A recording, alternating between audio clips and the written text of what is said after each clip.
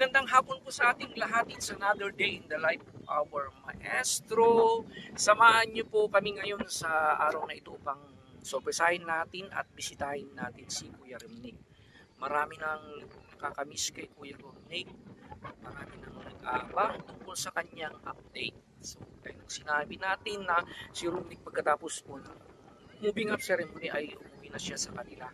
Maraming nagtatanong bakit si Vince lagi ang kasama ko. Kasi si Kuya Vince, wala siyang kasama sa bahay at malapit siyang sa sa school kung saan ako nag-work. So, anytime pwede kami magkita ni Kuya Vince. Si Kuya Romnick ay malayo sila. And besides, yung sitwasyon niya ay different. And alam naman natin ang kanyang kalagayan na siya ay tumutulong sa kanila. Lalong-lalo na sa mga matatanda. Okay, so nagagaling lang natin sa ating pagmimisyon. Promise mag-mission tayo ulit. Kaya punta na tayo. So, papunta pa rin tayo and then mayroon tayong pasok sa later on. And then of course, kumusta kayo lahat? Shout out po sa lahat. Ngayon, as usual ang kasama natin ay si Kuya Vince. Okay. Okay, shout out po sa inyong lahat.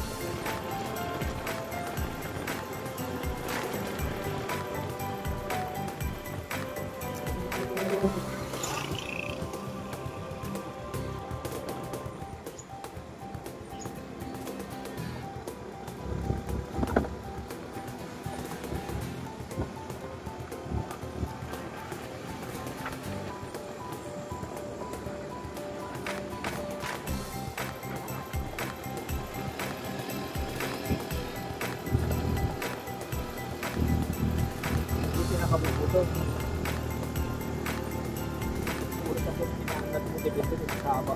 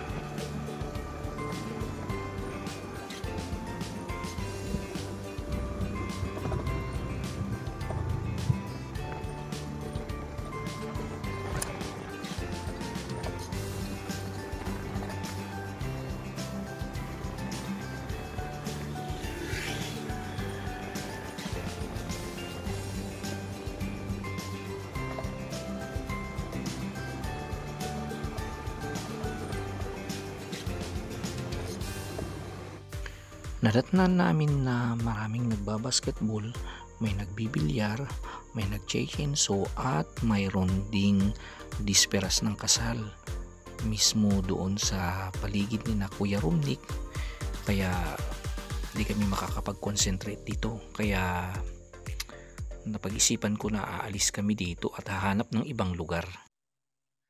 So, ganito po ang nangyari. Nandito kami ngayon sa Benben.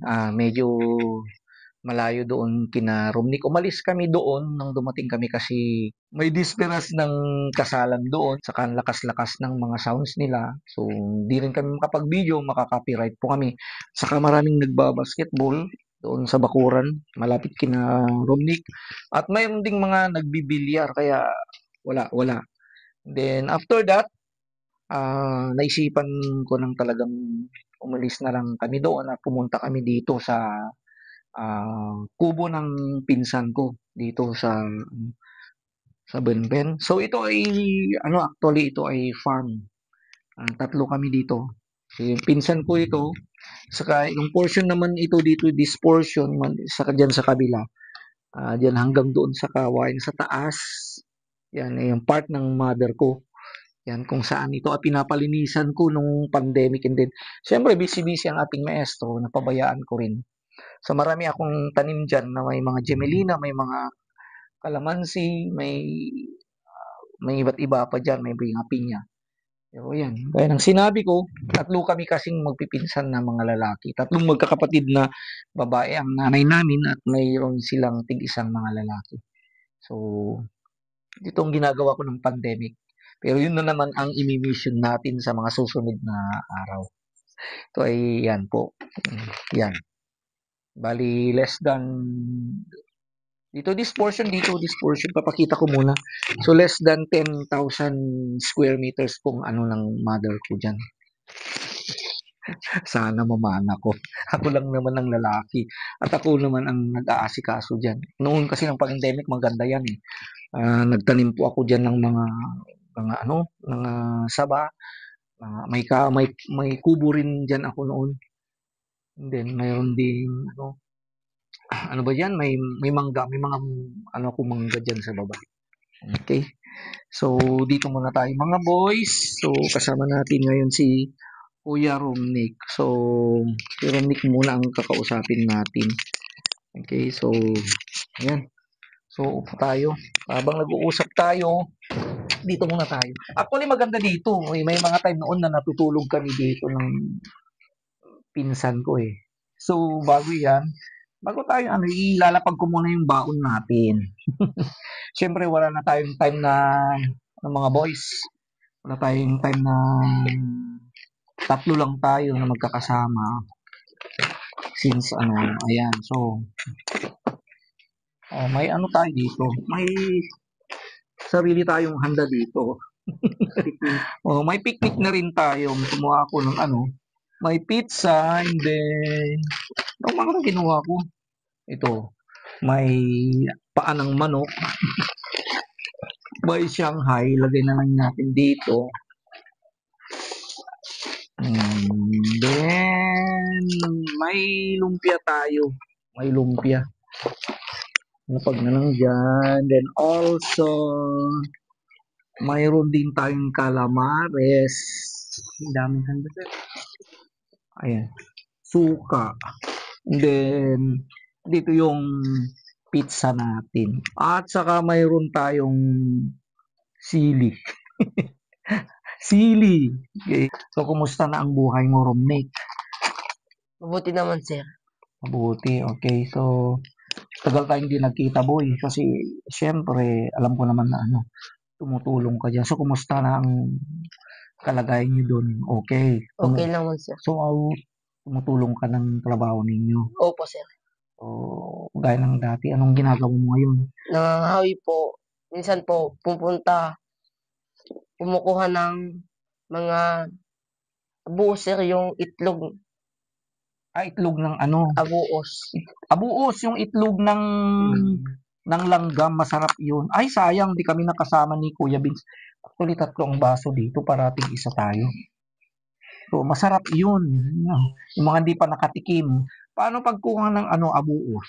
May mahabang kawayan at saka yung labas, sir. Tinatali yung labas sa sir. Dulo, sir. Dulo. Mahirap. Dapat yung kawain, sir, yung anak niya, yung nagango. Yan ba, sir? Yung nagango, sir, nakawayan. Yung ano, patay na yung Yes, sir. kawayan, yung Yes, parang sir. ano, Makakuha lang yun. dried yung kawayan. Para mag- So yun do, pero ang hirap, di ba? Yes, sir. Anong pinakamahirap sa pagkuha ng abuos? Kakagat ka, sir. Oo, syempre pag kinuha mo yun, oh, abuos, Kakagatin ka, sir. syempre mahuhulog pa rin yung mga itlog, hindi mo maiiwasin. Pero paano mo nalalaman na pwede na yung O itlog? yung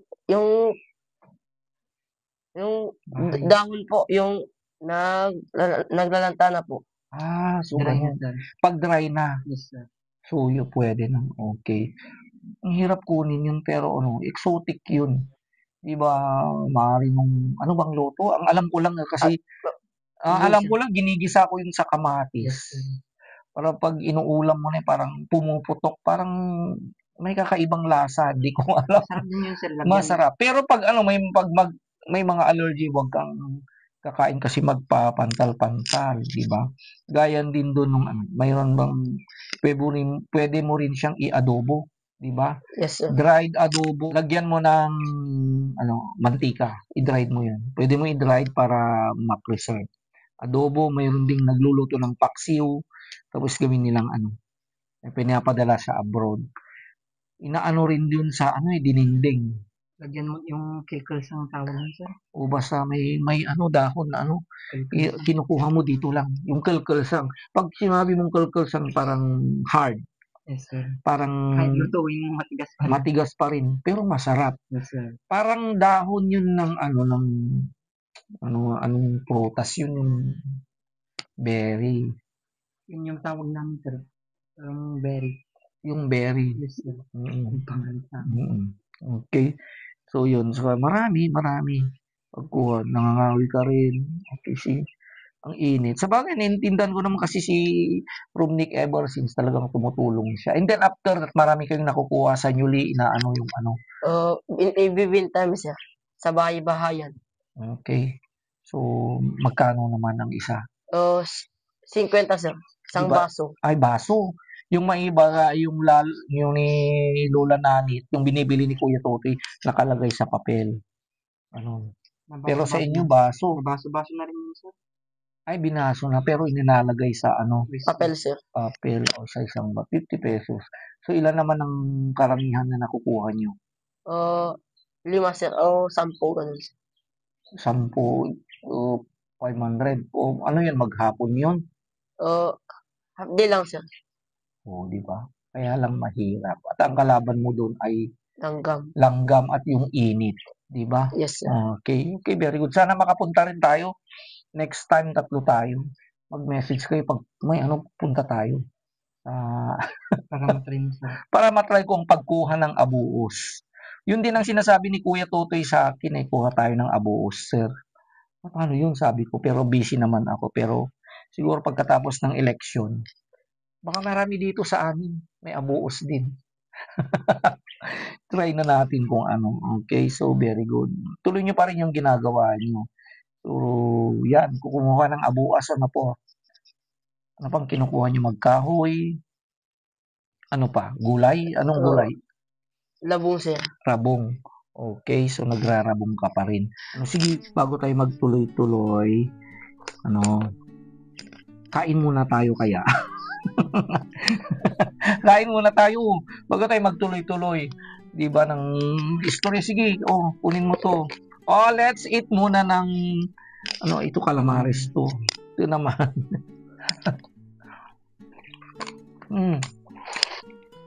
Malakas na kasi ang ulan. Abutin lang nakatakbo tayo dito, pumunta dito. Yung palilinisan ko yan eh. Yan. Para may mapuntahan tayo. Kung gusto niyo, sama kayo. May bayad. Ay!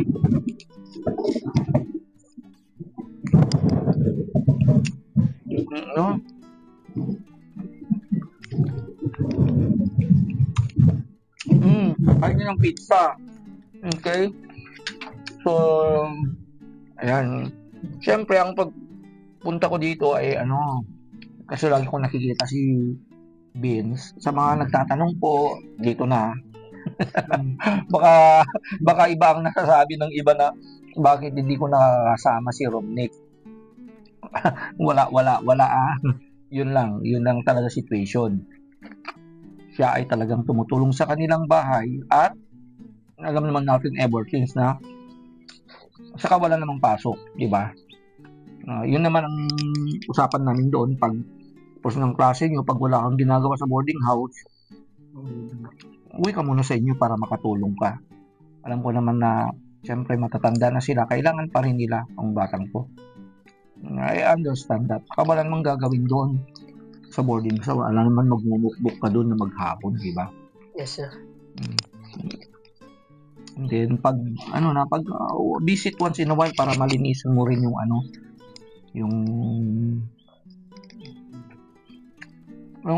boarding house. Kasi okay. Ito na ang celebration natin.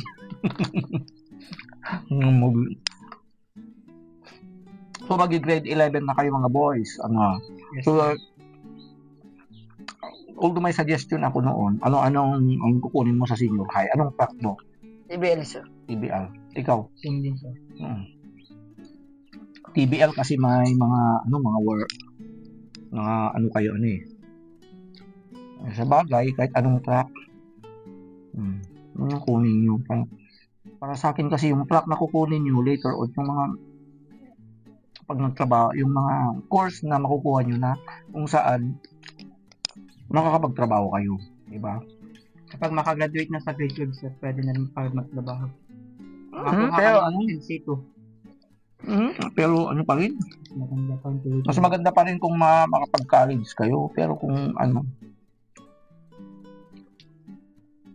kasi marami din na nagtatambay. Pero sa akin lang, yung mga mga kumukuha ng skills. Gusto ko yung mga trabahong kumukuha ng course na yung skills. Kasi andyan ang pera. Diba? Kung pupunta sa abroad, ang mga kikipagsapalaran. Yan. Ang mga iba, kapag tayo na sarili ng business, yun ang kukunin nyo. Depende rin ang challenge. Kasi yung mga yun nakikita kong daming yumayaman ng mga bata ngayon. Kasi ginagamit nila yung diskarte nila, yung skills nila. And I do believe in them. Lalo sa kangkong tips, sir. Success.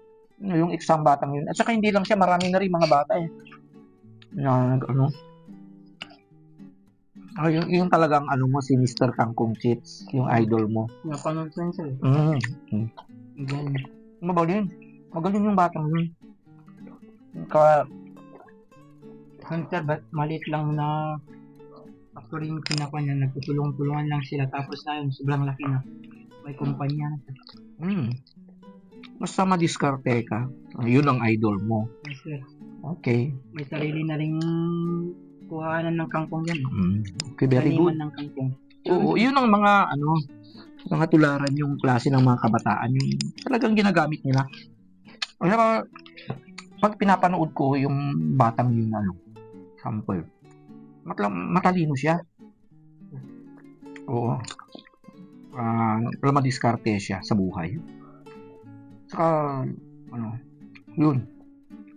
Okay lang kung maging idol nyo siya, matulad nyo siya, at maging kayo siya. Hindi natin alam. Diba? Sa iba't ibang paraan. Ako bilang pag nag-business, talaga isa lang talagang gusto ko Punerarya talaga. Yun ang ambisyon ko. Punerarya. Punerarya maestro. Yun ang gusto ko. Ambisyon ko hindi. Setting hindi joke. Ever since. Punerarya ang gusto kong business. Bakit naman, sir? Syempre mamamatay kayong lahat, buhay pa ako. Hindi yun ang gusto ko talaga. So, pag umuwi ako, saan ako namamasyal, parang pag nakikita ko yung mga nadadaanan ko yung mga kabaong, parang nag-imagine ako ng kung anong gagawin ko balang araw. Yun talagang gusto ko. Yun lang. Na business, punerarya. Yun ang gusto ko. Mahilig ako manood ng mga horror. Saka, para sa akin lang parang wala kang talo dun. Lahat naman mamamatay. Hindi, basta yun ang gusto ko.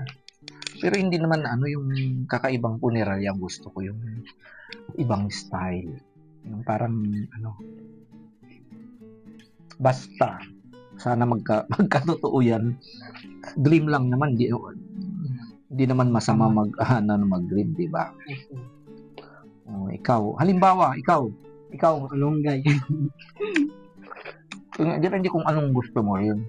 Pero kung magkataon na maging business mo yun, why not? Ikaw naman halimbawa pag nag-business ka, Labong chips, sir. labong chips. Okay, labong chips. Pero magtatayo ka ng marami. Puro chips pa rin. Pero di pa lang tapos na. Very good. Hindi pa alam yung tatahapin. Pero okay na mga motivational speaker na mga pinapanood ko na mga gagaling magsalita karamihan sa mga yumayaman yan, nasa business, entrepreneur.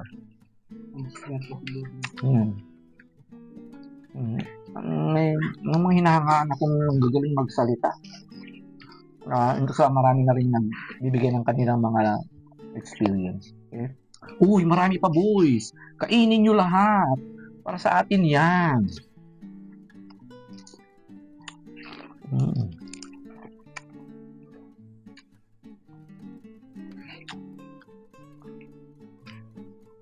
Ganda dito kasi walang sound. Very peaceful.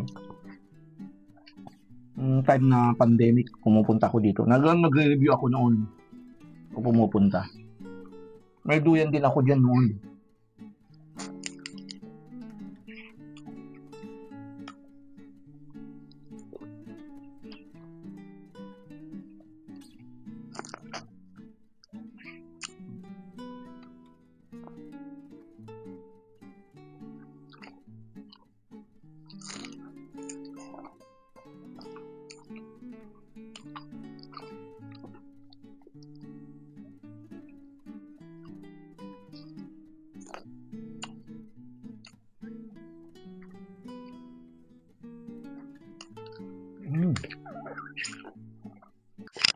So, ayan. Tapos na po tayo sa Nabusog kayo, boys? Yes, sir. Okay, so, yan. Siyempre, nag-graduate kayo, may gift din ako sa inyo. Hindi ko lang naibigay. Ito sa'yo. Try mo yan. Then, ito sa'yo. Thank you, sir. I-try nyo. Suot nyo. Sa inyo na yan. Di ba? Ikaw naman nagbabike ka, di ba? Nagbabike kayo, maganda yan. Try nyo. Kung di bahala na kayo kung paano nyo gawin. Kung magpalit kayo, bahala kayo. Basta, yan ang regalo ko. Try nyo kaya. Uy, ang ganda. Naka Under Armour. Sige, try mo, Beans. Sakto ba yung pantalon? Patingin. I-try nyo mga boys. Sakto yung pantalon, Beans. Yes, sir. Ay, bongga.